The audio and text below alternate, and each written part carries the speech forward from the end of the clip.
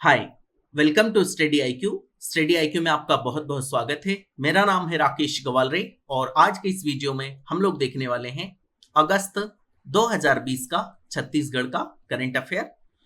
ये उसका first part है, तो आइए स्टार्ट करते हैं। पहला क्वेश्चन आपके सामने है, छत्तीसगढ़ सरकार वनांचल के गांवों को स्वावलंबी बनाने के लिए इंदिरा वन मितान योजना शुरू करने जा रही है। काफी इंपॉर्टेंट है ये। पहले तो आपको यही पता होना चाहिए, इंदिरा वन मितान योजना ये कहां पर शुरू की जाएगी? वनांचल के जो गांव है, वनांचल मतलब क्या? जहां पर ज्यादा जंगल है उसे कहा जाता है वनांचल। ऐसे गांवों में सरकार शुरू करने वाली है इंदिरा वन मितान योजना। अब इसके संबंध में क्या डेटा है वो देख लीजिए। तो इसमें सरकार ये करने वाली है कि वहां के जो स्थानीय आदिवासी युवा हैं, या युवा जिसको कहें, आदिवासी के अतिरिक्त भी हो सकते हैं, उनका सरकार ग्रुप गठित करेगी, यानी उनका ग्रुप बनाएगी और उस ग्रुप को बोला जाएगा कि ये जो जंगल है, ये जो वन है, इसका पूरा आप प्रबंधन करिए। प्रबंधन से मतलब ये है कि वहां की जो वनोपज है उसकी खरीदी करना, उसका प्रसंस्करण करना या उसकी मार्केटिंग करना, ये सब क्या है? वन प्रबंधन हुआ। यानी स्थानीय लोगों को इससे क्या होगा? रोजगार मिलेगा। रोजगार मिलेगा तो लोगों में समृद्धि आएगी, पैसा आएगा लोगों के पास। तो इसके और कुछ फैक्ट देख लीजिए। इस योजना से आदिवासी क्षेत्र के 10,000 गांवों में युवाओं का समूह गठित कर उन्हें वन प्रबंधन का पूरा अधिकार दिया जाएगा। दूसरा, इन समूहों के माध्यम से वनोपज की खरीदी, उसका प्रसंस्करण तथा मार्केटिंग की व्यवस्था की जाएगी। ये जो ग्रुप्स बनाए हैं सरकार ने 10,000 गांवों के, वो ये सारा काम देखेंगे। फिर एक और इंपॉर्टेंट डेटा है, सभी 85 विकास खंड में वनोपज प्रोसेसिंग यूनिट लगाई जाएगी तथा इसके लिए 8 करोड़ 50 लाख रुपए की राशि उपलब्ध की जाएगी। अब इसे समझिए, ये प्रोसेसिंग यूनिट क्या होती है समझना। अगर कोई रॉ मटेरियल है या कोई भी कच्चा मटेरियल है, अगर आप उसको प्रोसेस करते हैं तो उसकी वैल्यू बढ़ जाती है, उसमें वैल्यू एडिशन होता है। जैसे फॉर एग्जांपल मेरे पास कपास है, 1 किलोग्राम मेरे पास क्या है? कपास। अब अगर 1 किलोग्राम कपास को मैं बेचूंगा मार्केट में तो ज्यादा से ज्यादा इसका कितना मिल सकता है? मान लीजिए 50 रुपए मिल गए ज्यादा से ज्यादा। बट अगर मैं इसको ये करूं कि ये जो 1 किलोग्राम कॉटन था इसको प्रोसेस करूं और इससे कपड़ा बना लूं, तो मैं श्योर हूं कि 1 किलोग्राम के कपास में इतना कपड़ा बनेगा कि वो करीब 200 रुपए में सेल हो जाएगा। तो आप उसमें से कुछ और कॉस्ट निकाल दीजिए, जैसे कि फॉर एग्जांपल मजदूरों की मजदूरी निकाल दीजिए, या जो आपने और लागत लगाई वो 100 रुपए निकाल दीजिए। तो आपको अभी भी कितना प्रॉफिट हुआ? 100 रुपीज का। यानी पहले आपको मिल रहा था 50 रुपए, अब आपको कितना मिला? 100 रुपए। यानी एक तरीके से जब आप प्रोसेसिंग करते हैं किसी चीज की, तो प्रोसेसिंग करने में उसमें वैल्यू एडिशन होता है। इस वजह से प्रोसेसिंग इंपॉर्टेंट है। तो ऐसे सभी 85 विकास खंड में वनोपज प्रोसेसिंग यूनिट लगाई जाएगी ताकि जो भी वनोपज है, जैसे फॉर एग्जांपल के लिए महुआ, ये वनोपज है, या फिर आंवला, तो आंवले का कुछ जूस बनता है, या इस तरीके से उसको भी लोग काफी यूज में लेते हैं। या फिर कोई और प्रोडक्ट हो गया तो उसको आंवला ना बेचकर उसका जूस बेचा जाए, महुआ ना बेचकर उससे और जो ड्रिंक बनते हैं या जो भी चीजें बनती है वो सेल की जाए। इसका मतलब आपने क्या किया? यूनिट लगा दी, तो उससे उसकी क्या बढ़ेगी? उससे उसकी वैल्यू बढ़ जाएगी। इसको बोलते हैं वैल्यू एडिशन। तो सरकार इसके लिए ये योजना लेके आई है और इस योजना का नाम क्या है? इंदिरा वन मितान योजना। काफी इंपॉर्टेंट मानता हूं मैं इसको, इसलिए ध्यान रखिएगा। इसका आंसर होगा उपरोक्त सभी सत्य हैं। मैं फिर से बता रहा हूं आपको, एग्जाम में इतने इजी ऑप्शंस आने वाले नहीं हैं। सिंस मैं आपकी एग्जाम नहीं ले रहा हूं, मैं आपको सिर्फ करंट अफेयर बता रहा हूं, इस वजह से मैंने इस तरह से इजी ऑप्शंस रखे। नेक्स्ट क्वेश्चन देखते हैं। जनजाति मामलों के केंद्रीय मंत्री अर्जुन मुंडा ने छत्तीसगढ़ में ट्राईफूड प्रोजेक्ट के प्रसंस्करण केंद्र का शुभारंभ किया, और वो भी कैसे किया? वर्चुअल शुभारंभ हुआ। वर्चुअल मतलब आपको पता होगा, अभी इस समय कोविड-19 चालू है तो कोई भी कहीं जा नहीं रहा, तो वीडियो कॉन्फ्रेंसिंग के जरिए ही उसका क्या कर दिया? शुभारंभ कर दिया या उद्घाटन कर दिया। अब ट्राई फूड प्रोजेक्ट क्या है इसके बारे में बात कर लेते हैं। पहले तो ये कहां पर शुभारंभ किया गया? ये किया गया जगदलपुर में, जगदलपुर। और इसी के साथ में महाराष्ट्र में भी इसका शुभारंभ किया गया, क्योंकि महाराष्ट्र में भी आदिवासी जनसंख्या काफी मिलती है। तो देखिए इसके संबंध में कौन सा तथ्य सत्य है। तो पहले तो मैं आपको बता दूं उपरोक्त दोनों सत्य हैं और इसमें क्या होगा, बहु वस्तु प्रसंस्करण केंद्र का उपयोग महुआ, आंवला, शहद, काजू, इमली, अदरक के प्रसंस्करण के लिए किया जाएगा। काफी इंपॉर्टेंट है ये। फिर वही कंसेप्ट है, प्रोसेसिंग कर दी अगर आपने तो जिस चीज के आपको 5 रुपए मिल रहे थे उस चीज के आपको कम से कम 15 से 20 रुपए मिल सकते हैं। इसको बोलते हैं प्रसंस्करण और प्रोसेसिंग। तो इसी के लिए सरकार ने यानी केंद्र सरकार ने, अर्जुन मुंडा जी क्या है, वो केंद्रीय मंत्री है, कौन से, जनजाति मामलों के। तो उन्होंने इसका उद्घाटन किया कि इस प्रकार के केंद्र लगाए जाएंगे। फिर भारत भर के आदिवासी आउटलेट और फ्रेंचाइजी स्टोर पूरी तरह से संसाधित उत्पादों को बेचेंगे, यानी प्रोसेस्ड जो उत्पाद है उसे बेचा जाएगा। ऐसा नहीं कि सीधा महुआ बेच दिया, सीधा आंवला बेच दिया, जगह जगह उनकी फ्रेंचाइजी स्टोर दी जाएगी। फ्रेंचाइजी मींस क्या, जैसे कोई मुंबई में रहता है और वो चाहता है कि इसकी फ्रेंचाइजी मुझे चाहिए तो उसे ये फ्रेंचाइजी मिल जाएगी और वो ये जो आदिवासी उत्पाद हैं उन्हें लाकर यहाँ पर बेच सकेंगे। तो अल्टीमेटली इससे क्या होगा, जो ट्राइबल एरिया है, जो आदिवासी लोग हैं, उनके जीवन स्तर में सुधार आएगा। वहां की भी स्थानीय इकोनॉमी होती है, यस, स्थानीय इकोनॉमी को उससे काफी मदद मिलेगी और फिर अल्टीमेटली क्या होगा, देश समृद्ध होगा। नेक्स्ट देखते हैं, राज्य सरकार पढ़ई तुहर पारा योजना शुरू करेगी। इसके संबंध में कौन सा तथ्य सत्य है। तो पहली बात तो एक इससे पहले एक और योजना आ चुकी है, वो क्या, पढ़ई तुहर द्वार, पढ़ई तुहर द्वार, ये योजना भी आ चुकी है। तो इसमें क्या था, ये भी एक ऑनलाइन पोर्टल था या प्लेटफॉर्म था जिसके थ्रू क्या, लगभग इससे बेनिफिट कितने लोगों को मिला है, 22 लाख स्टूडेंट्स और टीचर्स को इसका बेनिफिट मिला है। लोगों ने घर बैठे इसके माध्यम से स्टडी की है। बट इसके लिए पढ़ई तुहर द्वार के लिए किसकी रिक्वायरमेंट होती है, इंटरनेट की। अब इंटरनेट की रिक्वायरमेंट है तो मुझे बताइए, जो सुदूर एरिया है जिसको बोलते हैं रिमोट एरिया, वहां पर तो इंटरनेट कई जगह अवेलेबल नहीं है भारत में, अनफॉर्चुनेटली अभी भी अनअवेलेबल है। तो उसके लिए सरकार ये लेके आई है, वो क्या, पढ़ई तुहर पारा। इसका मतलब क्या, पढ़ाई आपके मोहल्ले में। पारा मींस क्या, पढ़ई तुहर पारा मींस आपके मोहल्ले में पढ़ाई आई। अब इसमें देखिए क्या होगा, छत्तीसगढ़ सरकार राज्य में कोरोना वायरस संक्रमण के दौरान प्रत्येक बच्चे तक शिक्षा पहुंचाने के लिए यह योजना शुरू करेगी। बिल्कुल अच्छी बात है, बट इसमें खास क्या होगा, देखिए, इंटरनेट के अभाव वाले अंचलों के लिए ब्लूटूथ आधारित व्यवस्था बुल्टू के बोल का उपयोग किया जाएगा। काफी इंपॉर्टेंट है ये, दोनों में डिफरेंस है, पढ़ई तुहर द्वार और पढ़ई तुहर पारा। पढ़ई तुहर द्वार में इंटरनेट यूज होगा और पढ़ई तुहर पारा में क्या यूज होगा, ब्लूटूथ। और इसमें यह किया जाएगा कि ये एक मोहल्ला है, अब इस मोहल्ले में स्टडी करानी है बच्चों को, टीचर तो अवेलेबल है जी, टीचर है यहाँ पर, बट इंटरनेट अवेलेबल नहीं है, तो पढ़ई तुहर द्वार वहां पे काम नहीं कर पाएगा। तब क्या करेंगे, बच्चे भी एक साथ नहीं बैठ सकते। अगर बच्चे एक साथ बैठेंगे तो क्या होगा, सोशल डिस्टेंसिंग नहीं हो पाएगी, कोरोना वायरस फैलने की संभावना होगी। इस वजह से फिर क्या, इन्हें ब्लूटूथ के माध्यम से कनेक्ट किया जाए, बुल्टू के बोल, क्योंकि ब्लूटूथ के लिए तो इंटरनेट की कोई रिक्वायरमेंट नहीं पड़ती। तो इस वजह से इसको नाम दिया गया क्या, बुल्टू के बोल। ये ब्लूटूथ के नाम पर है और इस योजना का नाम क्या है, पढ़ई तुहर पारा। पढ़ई तुहर द्वार और पढ़ई तुहर पारा दोनों में डिफरेंस है। पढ़ई तुहर द्वार में इंटरनेट चाहिए और पढ़ई तुहर पारा में क्या, सिर्फ ब्लूटूथ से स्टडी होगी। और देखिए पढ़ई तुहर द्वार में क्या होता था, पूरे मान लीजिए राज्य का ये पोर्टल है, इसमें आपने रजिस्टर कर लिया तो एक लेक्चर हो रहा है और यहाँ पे पूरे राज्य के बच्चे देख रहे हैं, ये संभव है।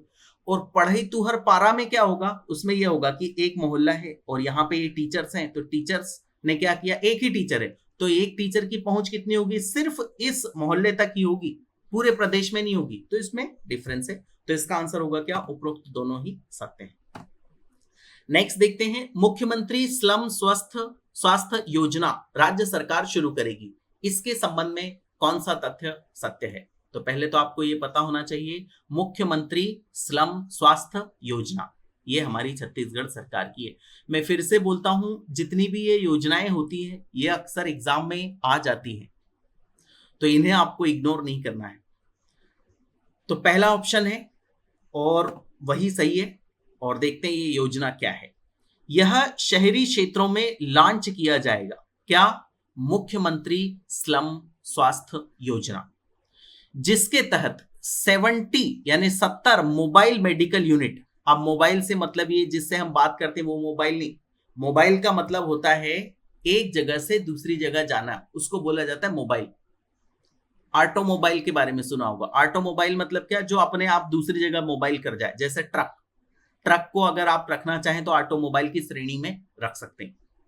तो ऐसे ही मोबाइल मेडिकल यूनिट होगी जो एक जगह से दूसरी जगह अपने आप जा सकेगी, और वो क्या करेगी? डोर टू डोर, जो स्लम वाला एरिया है शहरी क्षेत्रों में, वहां पर डोर टू डोर स्वास्थ्य सुविधाएं उपलब्ध कराएंगी। और ये कहां पर? पूरे जितने 14 नगर निगम है, सभी 14 नगर निगमों में ये उपलब्ध कराएगी। कौन? 70 mobile medical units. Mobile medical units means क्या? एक तरीके से उसमें क्या होता है, एक वेन होती है, और वेन में डॉक्टर भी होता है, डॉक्टर होने के बाद उसमें नर्स भी होती है, इंजेक्शन रख लेते हैं, वो अपने एपरेटस वगैरह रख लेते हैं, जैसे स्टेथोस्कोप या फिर थर्मामीटर, ये सब। और जहां भी गए वहां पे बोला कि भाई चलिए आपकी तबीयत ठीक नहीं है, आपका ट्रीटमेंट कर देते हैं। तो क्या हुआ? डोर टू डोर स्वास्थ्य सुविधाएं अवेलेबल करा दी। टोटल कितने? जितने भी 14 नगर निगम है हमारे यहाँ पर, उन सभी में ये योजना चलाई जाएगी। नेक्स्ट है, तो इसका आंसर होगा ए, आंसर है सिर्फ इसका। नेक्स्ट बात करते हैं, राज्य सरकार के द्वारा राधाबाई डायग्नोस्टिक सेंटर योजना शुरू की जाएगी। यह योजना क्या है?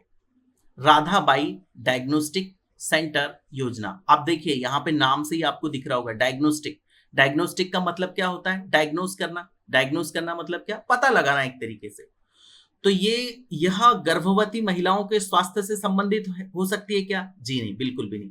यह केवल विधवा महिलाओं के लिए होगी क्या? नहीं।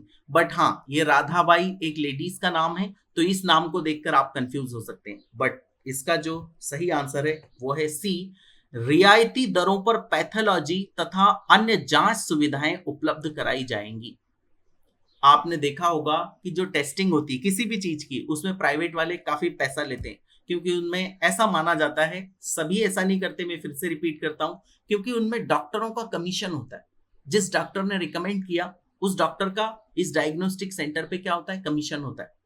मैं सभी के बारे में ये बात नहीं कर रहा, बट हाँ नॉर्मली ये होता है। तो इसके लिए सरकार ने क्या किया? योजना लेके आई, और उसका नाम क्या है? राधाबाई डायग्नोस्टिक सेंटर योजना। अगर किसी ने कोई जांच के लिए कोई रिपोर्ट लिखी कोई डॉक्टर ने, तो आप ये गवर्नमेंट वाले में चले गए और यहां पर आपने चेक करा लिया, तो गवर्नमेंट तो ये पैसा नहीं लेगी ना, एक्स्ट्रा जो कि डॉक्टर्स उनका कमीशन चार्ज करते हैं। फिर से मैं रिपीट करता हूं, सभी डॉक्टर के बारे में मैं ऐसा नहीं बोल रहा हूं। तो इसका आंसर होगा क्या? रियायती दरों पर पैथोलॉजी तथा अन्य जांच सुविधाएं उपलब्ध कराई जाएंगी। नेक्स्ट देखिए, फिर महेंद्र कर्मा जी के बारे में आपने खूब सुना होगा, पहले भी मैं इनके बारे में आपको बता चुका हूं, बट ये नाम है सिर्फ। तो देखिए, देखते हैं। तेंदुपत्ता संग्राहक सामाजिक सुरक्षा योजना की शुरुआत मुख्यमंत्री भूपेश बघेल जी ने की है। तेंदुपत्ता संग्राहक सामाजिक सुरक्षा योजना, आप देखिए इसके नाम में स्पष्ट है क्या? तेंदुपत्ता संग्राहक, यानी वो लोग जो कि तेंदुपत्ता क्या करते हैं? संग्रह करते हैं। उनकी सामाजिक सुरक्षा योजना भी तो चाहिए। कैसे समझना? सोशल जिसको बोलते हैं ना, सोशल सिक्योरिटी।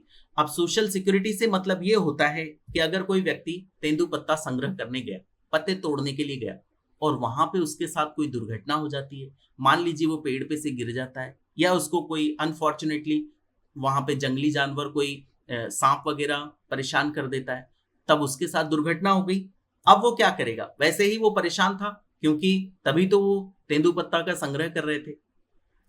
तो इसके लिए सरकार एक योजना लेके आई। तो इसका पहले तो पूरा नाम आपको पता होना चाहिए। पूरा नाम क्या है? शहीद महेंद्र कर्मा तेंदुपत्ता संग्राहक सामाजिक सुरक्षा योजना। काफी लंबा नाम है, बट हाँ आप इनके नाम पे याद रख सकते हैं। शहीद महेंद्र कर्मा जी जो झीरम घाटी नक्सल हमले में शहीद हो गए थे, उन्हीं के नाम पर है तेंदुपत्ता संग्राहक सामाजिक सुरक्षा योजना। यानी जो तेंदुपत्ता के संग्राहक है उन्हें एक सामाजिक सुरक्षा प्रदान की जाएगी। अब एक और डेटा इसके साथ है, इस योजना के अंतर्गत राज्य के 12,50,000 तेंदुपत्ता संग्राहकों को लाभ मिलेगा। कितने? 12,50,000, यानी लगभग 12.5 लाख तेंदुपत्ता जो संग्राहक है उन्हें लाभ मिलेगा। आप समझना, इसकी 2 कैटेगरी सरकार ने बनाई, और वो 2 कैटेगरी कौन सी है? पहली कैटेगरी ये होगी कि एज कितनी होनी चाहिए? 50 वर्ष से कम, 50 वर्ष या उससे कम। और एक क्या होगी? 50 वर्ष से कितना? 59 ईयर्स तक। तो ये कैटेगरी दूसरी है और ये कैटेगरी पहली है। तो हम पहली कैटेगरी के बारे में बात करते हैं। तो इसमें क्या होगा? यदि परिवार के मुखिया की आयु 50 वर्ष या उससे कम है तो इसके संबंध में कौन सा तथ्य सत्य है? तो पहले तो उपरोक्त सभी सत्य हैं।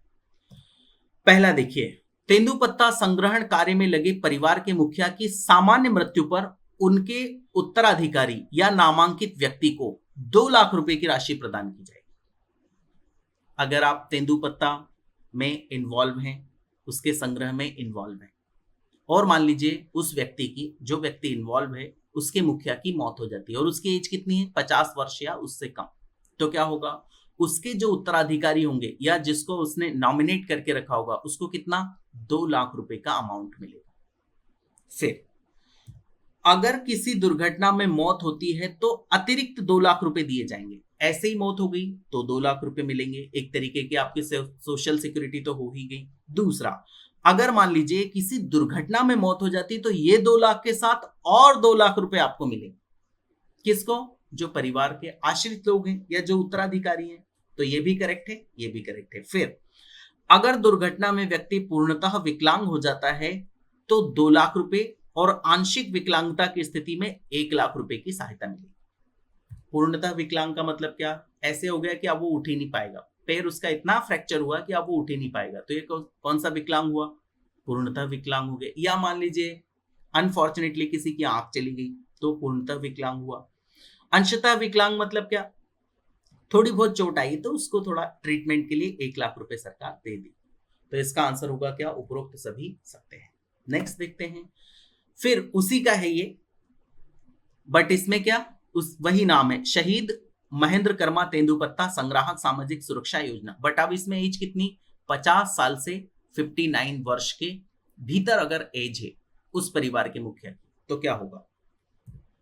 उनकी सामान्य मृत्यु के बाद उनके उत्तराधिकारी या नामांकित व्यक्ति को 75,000 रुपए मिले। यानी 50 से 59 है, क्योंकि 50 से 59 है तो सरकार ये मानती है कि ठीक है, इतनी एज हो गई तो बच्चे बड़े हो ही चुके होंगे, तो वो खुद अपना कमा खा लेंगे। सरकार क्या, कोई भी सामान्य व्यक्ति यही मानेगा, तो उन्हें थोड़ा कम पैसा, कितना? 75,000 रुपीज मिलेंगे। किसी दुर्घटना में यदि पूर्ण विकलांगता होती है तो 75,000 मिल जाएंगे, और आंशिक विकलांगता हुई, थोड़ी विकलांगता हुई, आंशिक जो मैं आपको बता चुका हूं, तो ट्रीटमेंट वगैरह के लिए आपको 37,500 रुपए यानी 37,500 रुपीज इतना मिल जाएगा। इसका आंसर होगा उपरोक्त सभी सत्य है। नेक्स्ट देखते हैं। प्रदेश सरकार ने कौशल्या के जन्म स्थल, आपको पता होगा कौशल्या माता श्री रामचंद्र जी की मां थी, और उनकी जन्मस्थली ऐसा माना जाता है कि छत्तीसगढ़ में उनका जन्म हुआ था, और वो भी कहां पर? चंदखुरी में। जन्मस्थल कहां पर? चंदखुरी में हुआ था। तो उसको सरकार पर्यटन के रूप में विकसित कर रही है। और इसके अलावा आपने सुना होगा राम वन गमन पथ के बारे में भी खूब सुना होगा। यानी रामचंद्र जी जब वनवास के लिए निकले थे अयोध्या से, तो वो छत्तीसगढ़ से होते हुए गए थे। साउथ की तरफ जब वो गए थे, श्रीलंका की तरफ वो जा रहे थे, तो छत्तीसगढ़ से होते हुए गुजरे थे। दंडकारण्य में उन्होंने काफी समय बिताया। तो जितने भी वो स्थल हैं उन्हें सरकार पर्यटन के रूप में विकसित कर रही है। अब आप सोच रहे होंगे कि पर्यटन के रूप में कैसे विकसित किया जाता है, क्या होता क्या है? तो देखिए, वो जो साइट है वो तो साइट है ही। यहाँ पे मान लीजिए राम जी आए थे, बट अगर किसी व्यक्ति को ये जगह देखनी जानी है तो उसे क्या करना होगा? एक अच्छा रोड चाहिए ना, तभी तो वो पहुंच पाएगा। रोड के अलावा उसको क्या चाहिए? वहां पे अगर पहुंच गया, शाम हो गई, तो ठहरने के लिए अच्छी होटल भी तो चाहिए। इसके अलावा थोड़ा सा सुंदर रहे, देखने में अच्छा लगे, तो यहाँ पे डेवलपमेंट के काम भी चाहिए। इसको बोलते हैं विकसित करना, पर्यटन के रूप में विकसित करना। तो सरकार ऐसे करीब 75 स्थानों को विकसित कर रही है। हमारे छत्तीसगढ़ में पर्यटन का काफी स्कोप है, ऐसा मैं मानता हूं। अगर इसके ऊपर प्रॉपर ध्यान दिया गया तो पर्यटन स्थल के रूप में ये अच्छी तरह से विकसित हो सकता है, क्योंकि जहां पर ज्यादा जंगल होता है वहां पर पर्यटन स्थल विकसित होने की संभावना अच्छी खासी होती है। तो बात करते हैं, तो इसी की तरह कौशल्या के जन्म स्थल चंदखुरी की तरह तुरतुरिया एक जगह है कि वाल्मीकि आश्रम को भी पर्यटन तीर्थ के रूप में विकसित करने की योजना सरकार ने बनाई है। कहाँ का? तुरतुरिया के वाल्मीकि आश्रम। आप समझिए ये तुरतुरिया का वाल्मीकि आश्रम क्यों प्रसिद्ध है। आपको पता होगा श्री रामचंद्र जी के 2 बच्चे हुए थे, लव और कुश, और ऐसा माना जाता है कि जो वाल्मीकि जी का आश्रम था, आपको पता होगा जब सीता जी वापस जंगलों में आ गई थी, जब श्री रामचंद्र जी ने उनका परित्याग कर दिया था, तब वो कहां पर? वाल्मीकि जी के आश्रम में आकर रुकी थी। और ऐसा माना जाता है कि जो वाल्मीकि का आश्रम है था पहले, आप कहां से रहेगा, वो तुरतुरिया में ही था। तो इसको भी क्यों ना विकसित किया जाए पर्यटन के रूप में, तो ये भी सरकार ने योजना में शामिल किया। अब इसके बारे में फैक्ट देख लीजिए। पहला है, बलौदा बाजार जिले के तुरतुरिया में वाल्मीकि आश्रम तथा उसके आसपास का सौंदर्यीकरण किया जाएगा। सौंदर्यीकरण, कोई भी पर्यटक अगर देखने के लिए आएगा तो सौंदर्य देखने ही आएगा, तो ये काफी अच्छी बात है। फिर यह प्राकृतिक दृश्यों से भरा एक मनोरम स्थान है जो पहाड़ियों से घिरा हुआ है। यह बारन वापारा अभ्यारण्य से लगा हुआ है। काफी सुंदर जगह है, कभी आपको वक्त मिले तो जाकर देखिएगा। यहां बालम देही नदी और नारायणपुर के निकट बहने वाली महानदी पर वाटर फ्रंट भी विकसित करने की योजना है या विकसित किया जाएगा। काफी इंपॉर्टेंट है ये। कहां, किस किस के निकट? बालम देही नदी और नारायणपुर के निकट बहने वाली महानदी पर भी वाटर फ्रंट विकसित किया जाना है। तो इसका आंसर होगा क्या? उपरोक्त सभी सत्य हैं। तो इसमें आपको जो याद रखना है वो कौन सा? तुरतुरिया वाल्मीकि आश्रम। और ये कहां पर है? अगर एग्जाम में आ जाता है कि तुरतुरिया वाल्मीकि आश्रम कहां पर है, तो वो बालोदा बाजार जिले में है। नेक्स्ट देखते हैं, राम वन गमन सर्किट के रूप में सप्तऋषि आश्रम को विकसित किया जाएगा। इसके संबंध में कौन सा तथ्य सत्य है? तो आपने पौराणिक कथाओं में कई बार सप्तऋषियों का जिक्र सुना होगा, और इवन कई बार आपने आसमान में भी 7 ऐसे स्टार्स देखे होंगे जिसको हमारे पापा या मम्मी बोलते हैं कि ये सप्तऋषि, ऐसे इस तरह से दिखाई देते हैं। वो 7 स्टार्स हैं। रात में अगर आप ध्यान देंगे तो दिखेंगे 1 2 3 4 5 6 7, इसी प्रकार का कुछ स्ट्रक्चर दिखता है। तो ऐसा कहते हैं कि 7 ये ऋषि थे। और 7 ऋषि कौन कौन से थे? अब आपको सारे 7 के 7 ऋषियों के नाम याद नहीं करने, इन्हीं के नाम पर देखिए यहां पे लिखा हुआ है। मान्यताओं के अनुसार रामचंद्र, मुकुचंद, अगस्त, अंगिरा, श्रृंगी, कंकर, शरभंग, गौतम, ये 7 ऋषि यहां तपस्या रत थे। कहां पर? ये जो जगह है सप्तऋषि आश्रम, यहां पर ये 7 ऋषि के अलग अलग आपको आश्रम देखने को मिलेंगे। तथा भगवान राम इन स्थानों से गुजरे थे। आपने रामायण में कई बार ऐसा पढ़ा होगा कि भगवान जब वे वनवास में गए थे तो वहां पर कई ऋषि भी उन्हें मिले थे, और उनमें अगस्त ऋषि का खासकर आपने नाम सुना होगा, श्रृंगी ऋषि का भी नाम आपने सुना होगा। तो भगवान यहाँ गए थे, तो इन्हें भी विकसित कर लिया जाए पर्यटन के रूप में। अब धमतरी से 80 किलोमीटर की दूरी पर सिहावा पर्वत में सप्त ऋषियों के आश्रम विभिन्न पहाड़ियों में बने हुए। काफी इंपॉर्टेंट है ये। कहां पर? धमतरी से 80 किलोमीटर की दूरी पर सिहावा पर्वत में सप्तऋषि के आश्रम में। ये वही सिहावा पर्वत है जहां से कौन सी नदी निकलती है? महानदी निकलती है। तो इसका आंसर होगा उपरोक्त दोनों ही सत्य है। नेक्स्ट देखते हैं, छत्तीसगढ़ शासन ने बस्तर जिले के ग्राम रामपाल को अपने नए पर्यटन सर्किट में शामिल किया है। इसके सौंदर्यीकरण और विकास की योजना बनाई है। इसके संबंध में कौन सा तथ्य सत्य है? पहले तो आपको पता होना चाहिए कि ये बस्तर जिले का जो ग्राम रामपाल है, यहां पर आपको मिलेगा एक शिवलिंग, और इसे क्या कहा जाता है? इस शिवलिंग की ऐसी मान्यता है कि इसकी स्थापना भगवान राम ने ही की थी, और इसे कहा जाता है छत्तीसगढ़ का रामेश्वरम। अब रामेश्वरम आपको आई होप मालूम होगा, जो कि कहां पर है? तमिलनाडु में, जिसकी स्थापना किसने की थी? भगवान राम ने की थी। तो छत्तीसगढ़ का रामेश्वरम किसे कहा जाता है? तो रामपाल शिवलिंग को छत्तीसगढ़ का रामेश्वरम कहा जाता है। ये आपको पता होना चाहिए। फिर इसे भी विकसित कर लिया जाए, सिंपल सी बात है। रामपाल बस्तर जिला मुख्यालय से 10 किलोमीटर दूर बकावंड ब्लॉक में है। मान्यता है कि यहाँ स्थित शिवलिंग भगवान राम द्वारा स्थापित किया गया है। फिर ऐसे खैर ये इस प्रकार के क्वेश्चन तो नहीं बनेंगे कि ये शिवलिंग किसने स्थापित किया, हाँ बट ये जरूर आ सकता है। रामपाल बस्तर जिला मुख्यालय से 10 किलोमीटर की दूर बकावंड ब्लॉक में स्थित है। छत्तीसगढ़ का नया पर्यटन सर्किट अच्छे सड़क मार्ग समेत तमाम अत्याधुनिक सुविधाओं के साथ उन स्थानों को आपस में जोड़ेगा जहां से भगवान राम अपने वनवास के दौरान या तो गुजरे थे या फिर प्रवास किया था। ये मैं आपको बता चुका हूं, राम गमन पथ के बारे में हम बात कर चुके हैं। तो इसका आंसर होगा क्या, उपरोक्त सभी सत्य हैं। तो पहला तो आपको यह पता होना चाहिए छत्तीसगढ़ का रामेश्वरम किसे कहा जाता है, रामपाल शिवलिंग को कहा जाता है। ये कहां पर है, बस्तर जिले में, बस्तर जिले में स्थित है। बस ये दोनों, और यहां पर ये भी बन रहा है, सर्किट भी बन रहा है, उसके तहत इसको शामिल कर लिया। नेक्स्ट देखते हैं। फिर हमने ये देखा है कि पहले के जमाने में और अभी भी कहीं कहीं होता है कि जो गर्भवती महिलाएं होती है उनकी जो डिलीवरी होती है वो घर में कराई जाती है। बड़ा दुर्भाग्यपूर्ण है। इवन मैं आपको कहूंगा, मैंने खुद कई गांवों में ये होते हुए देखा है। अनफॉर्चुनेट है जो अभी भी हो रहा है, और इसमें कई बार लेडीज की डेथ हो जाती है। बड़ा अनफॉर्चुनेट है, बट ये हमारे देश का कटु सत्य है। ये सिर्फ छत्तीसगढ़ में ऐसा नहीं है, पूरे भारत में कई जगह पे ये स्थिति अभी भी है। उम्मीद करते हैं स्थिति सुधरेगी। तो उसके लिए सरकार एक योजना लेके आई है।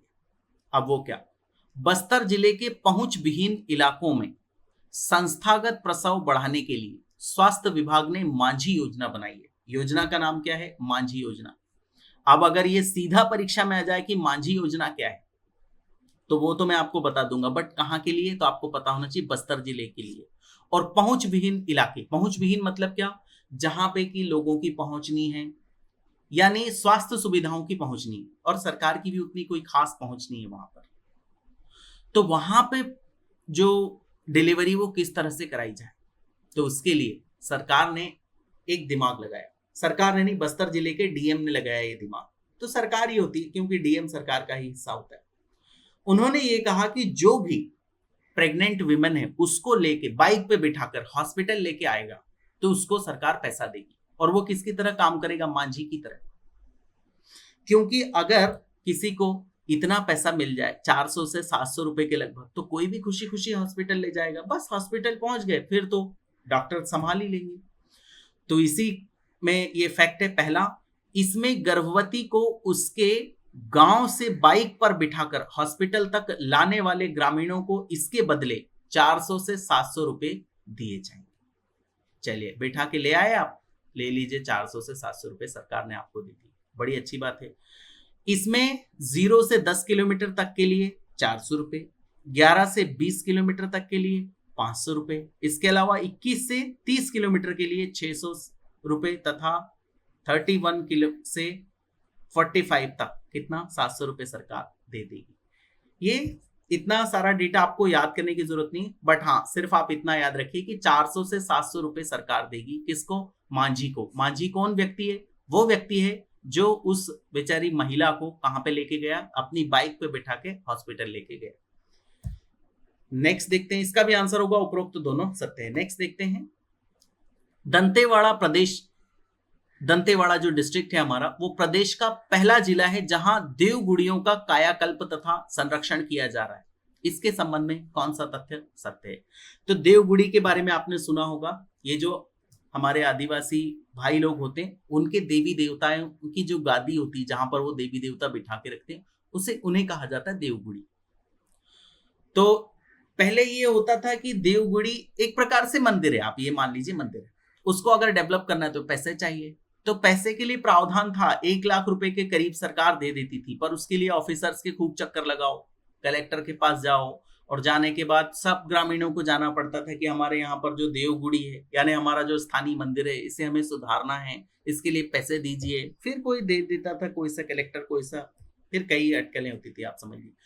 तो इसके लिए दंतेवाड़ा में प्रदेश का पहला ऐसा जिला होगा जहां पर की क्या किया जाएगा, ये जो देवगुड़ियां हैं, यानी ये जो मंदिर है, इन्हें भी अच्छी तरह से डेवलप किया जाए।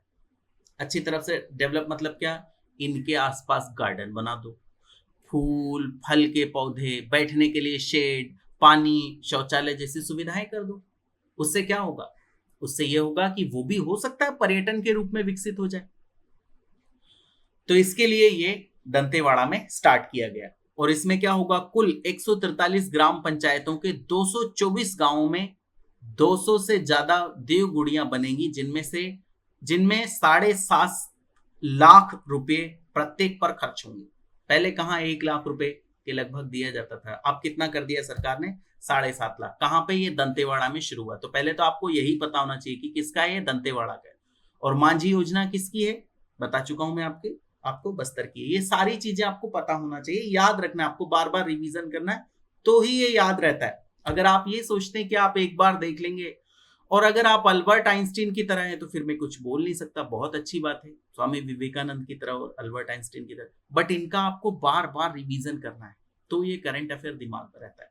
तो इसका आंसर होगा क्या, उपरोक्त सभी सत्य है। सामुदायिक और व्यक्तिगत वन अधिकार पत्र वितरण में देश में छत्तीसगढ़ अव्वल स्थान पर रहा। इसके संबंध में कौन सा तथ्य सत्य है?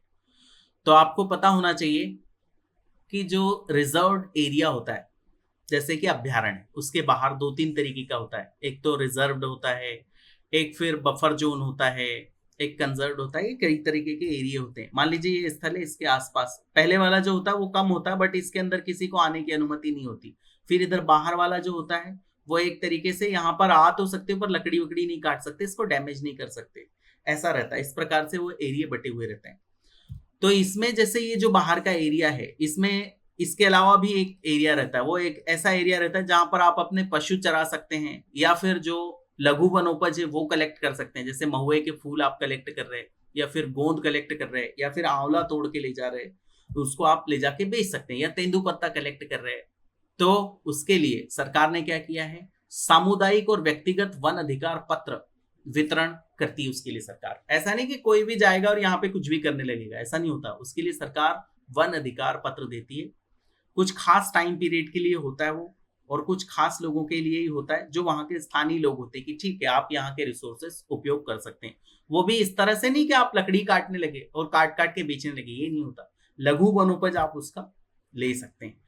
छत्तीसगढ़ में 4,84,975 व्यक्तिगत और सामुदायिक वन अधिकार पत्रों का वितरण किया गया है। इतने 4,84,000।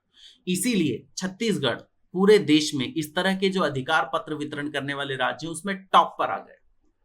काफी अच्छी बात है। कहीं पे तो आजकल छत्तीसगढ़ काफी अच्छी अच्छी जगह में टॉप करने लगे, स्वच्छता में भी आ गया और बहुत सारी चीजों में आया है। वन अधिकार पत्र देने वाला जगदलपुर देश का पहला नगर निगम बना है।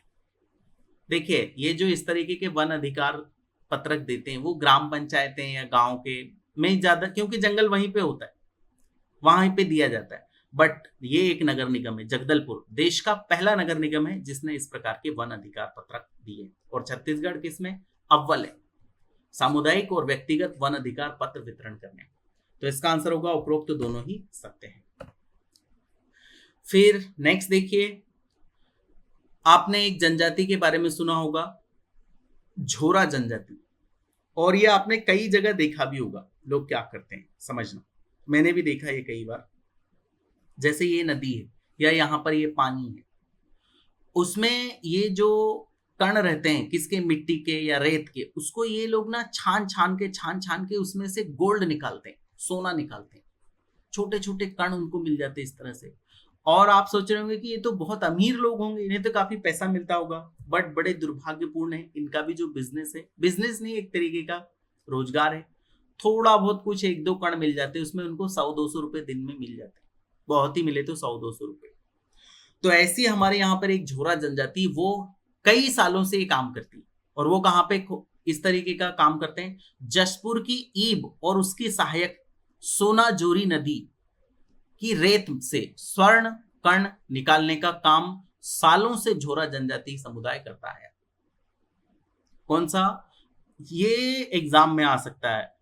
अगर ये पूछा जाए कि छत्तीसगढ़ में रेत से सोने के कण निकालने का काम में संलग्न कौन सी जनजाति है, तो आपको झोरा जनजाति पता होना चाहिए।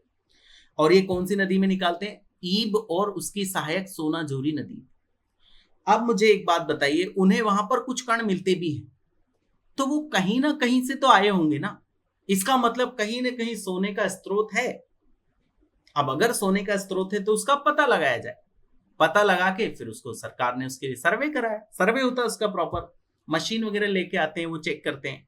तो देखिए इसी के ऊपर ये फैक्ट है। अब यहां सोने की खानों के जल्द सर्वे कराने की बात सामने आ रही है। यहां पर जो भी गोल्ड की खान है या जगह है उनके सर्वे कराएगी सरकार। नदियों से सोना निकलने की वजह से केंद्र सरकार का इस ओर ध्यान गया और साल 2010 में केंद्र ने इसे गंभीरता से लिया तथा खनिज मंत्रालय ने 2 निजी कंपनियों के जरिए सर्वेक्षण कराया। 2 निजी कंपनी ने इसका सर्वेक्षण किया और सर्वेक्षण के बाद उसमें कुछ खास मिला नहीं, क्योंकि रोकना पड़ा, क्योंकि उसका काफी विरोध प्रदर्शन हुआ था। करीब 6 माह तक चले सर्वे के बाद स्वर्ण भंडार होने की पुष्टि तो हुई, लेकिन सोना कितनी मात्रा में है और भंडार के स्थान कहां है उसका पता नहीं चल सका है। तो इसका आंसर होगा उपरोक्त तो सभी सत्य। अब इसमें जो काम का है, काम का इसमें सिर्फ यही है, जशपुर की ईब और उसकी सहायक सोनाझोरी नदी की रेत में सोने के कण मिलते हैं। इसको कौन निकालता है? झोरा जनजाति के समुदाय निकालते हैं। नेक्स्ट देखते हैं। फिर एक सफेद भालू दिखा है। अब वो बहुत ही दुर्लभ है, एकदम सफेद नहीं था, थोड़ा सा सफेद सफेद दिख रहा था, क्योंकि एकदम सफेद अगर आपको देखना है भालू तो वो ध्रुवी प्रदेशों में दिखता है। ध्रुवी मतलब क्या? ये पृथ्वी है और यहाँ पर ये नॉर्थ पोल है, ये साउथ पोल है। यहाँ पर इसको ध्रुवी प्रदेश कहा जाता है, क्योंकि यहाँ सूर्य की किरणें प्रॉपर पहुंच नहीं पाती, परपेंडिकुलर नहीं पहुंच पाती, तो यहाँ बहुत ठंडी होती, इतनी ठंडी होती है कि बर्फ जमी रहती है, इतनी बर्फ जमी रहती है। इसके बाद भी वहां पर सफेद भालू होता है, उसे बोलते पोलर बियर या ध्रुवी भालू, वहां पर रहता है वो, और यहां से वो मछलियां निकाल निकाल के खाता है। कई बार आपने डिस्कवरी चैनल में देखा होगा। फिर आप सोच रहे होंगे कि फिर इस तरह का सफेद भालू हमारे छत्तीसगढ़ में कैसे आ गया, यहां तो इतना ठंडा कभी हमने देखा नहीं। तो देखिए, पहली बात तो ये दिखा कहां है ये आपको पता होना चाहिए। कोरिया जिले के चिरमिरी SECL क्षेत्र में ये दिखा है, ये आपको डेटा पता होना चाहिए। और देखो, हमारे यहाँ पे काले भालू तो बहुत हैं, बहुत सारे काले भालू हैं, बट इनमें कुछ अनुवांशिक परिवर्तन होता है, तो इनके काले से बाल क्या होने लगते हैं, धीरे धीरे सफेद होने लगते हैं या चेंज आ जाता है। जैसे टाइगर के बारे में आपने सुना हो, टाइगर अभी बीच में ब्लैक टाइगर देखने को मिला है छत्तीसगढ़ में, एकदम काले कलर का, क्योंकि वो भी टाइगर कोई नई प्रजाति नहीं, बल्कि उसके भी बाल क्या हो गए, काले हो गए। अब इसके बाल काले थे तो सफेद हो गए, जब सफेद के काले हो सकते तो काले के सफेद भी हो सकते हैं, ठीक है। सो ऐसा माना जा रहा है कि राज्य में बहुतायत में पाए जाने वाले काले भालू में कुछ अनुवांशिक परिवर्तन की वजह से उसके बालों का रंग सफेद हुआ, ऐसा माना जा रहा है। और सफेद भालू प्रायः कहां पर पाए जाते हैं? ध्रुवीय प्रदेशों में। नेक्स्ट देखते हैं। फिर सूरजपुर जिले के तमोर पिंगला अभ्यारण्य क्षेत्र से प्राचीन किले के अवशेष प्राप्त हुए। इसके संबंध में कौन सा तथ्य सत्य है? तो देख लेते हैं हम एक एक करके। देखिए, सूरजपुर जिले में अभ्यारण्य का नाम क्या है? तमोर पिंगला अभ्यारण्य। वहां पर एक बहुत ऊंची घाटी, ऊंचा पहाड़ है। अब इस पर्वत पे जो स्थानीय लोग थे वो कई दिनों से बोला करते थे कि इसके ऊपर एक बहुत बड़ा किला है, यहाँ पर एक राजा होता था। क्योंकि देखिए, ये पीढ़ी दर पीढ़ी लोगों को ये ज्ञान ट्रांसफर होता है। जैसे आपको किसने बताया? मान लीजिए आपकी दादी ने बताया, आपके पिताजी ने बताया, आप किसको बता देंगे? आने वाली पीढ़ी को, फिर आगे ट्रांसफर होता चला जाएगा। तो जो स्थानीय लोग थे उन्हें ये पता था कि यहाँ पर इस तरीके का कोई किला है, बट इतना दुर्गम स्थल है वो कि वहां पर सरकार कभी पहुंच नहीं पाई, यानी जो पुरातत्व विभाग वाले या फिर जो वन विभाग वाले वो पहुंच नहीं पाए। बट इस बार पहुंच गए वो सूरजपुर जिले के तमोर पिंगला अभ्यारण्य क्षेत्र में, और उन्हें वहां पर क्या मिला? एक किला मिला। और उसमें क्या? देखिए, अनुमान है कि यह किला 11वीं शताब्दी का होगा, क्योंकि उत्तरी छत्तीसगढ़ के इलाके में जितने पुरावशेष हैं सभी इसी कालखंड के, यानी हमारा छत्तीसगढ़ का जो उत्तरी भाग है, ऐसा अगर मैं छत्तीसगढ़ मान लूं लंबा लंबा, तो इधर वाला ये उत्तरी, ये दक्षिणी, तो उत्तरी भाग में जितने भी किले मिल रहे वो क्या है? सभी कौन सी शताब्दी के? 11वीं शताब्दी के। और ऐसा माना जाता है कि यहाँ पर कभी बहुत चहल पहल रही होगी। पहाड़ के सबसे ऊंची चोटी पर प्राचीन दीवार के अवशेष, जलकुंड और बावली भी मिले हैं। फिर ऐसा माना जा रहा है कि इसे लेकर रीवांचल के शासक और राजा बालम से भी किंवदंती जुड़ी हुई है। वहां के लोग बताते हैं कि राजा बालम का किला है, होगा, अभी इसकी पुष्टि नहीं हुई, तो इसका आंसर होगा उपरोक्त तो सभी सत्य है। नेक्स्ट देखते हैं, छत्तीसगढ़ वन विभाग की एक सर्वेक्षण टीम द्वारा कवर्धा जिले में भोरमदेव आरक्षित वन क्षेत्र में कुछ दुर्लभ तितलियों की प्रजाति देखी गई, इसके संबंध में कौन सा तथ्य सत्य है? तो हमारे यहाँ पर वन तो बहुत है, जंगल बहुत है, तो तितलियां भी करीब 90 प्रकार की तितलियां यहाँ पाई जाती, 90 प्रकार की, और दिन प्रतिदिन जब भी वहां कोई शोध करने के लिए जाता है तो नई प्रकार की तितली मिल जाती है।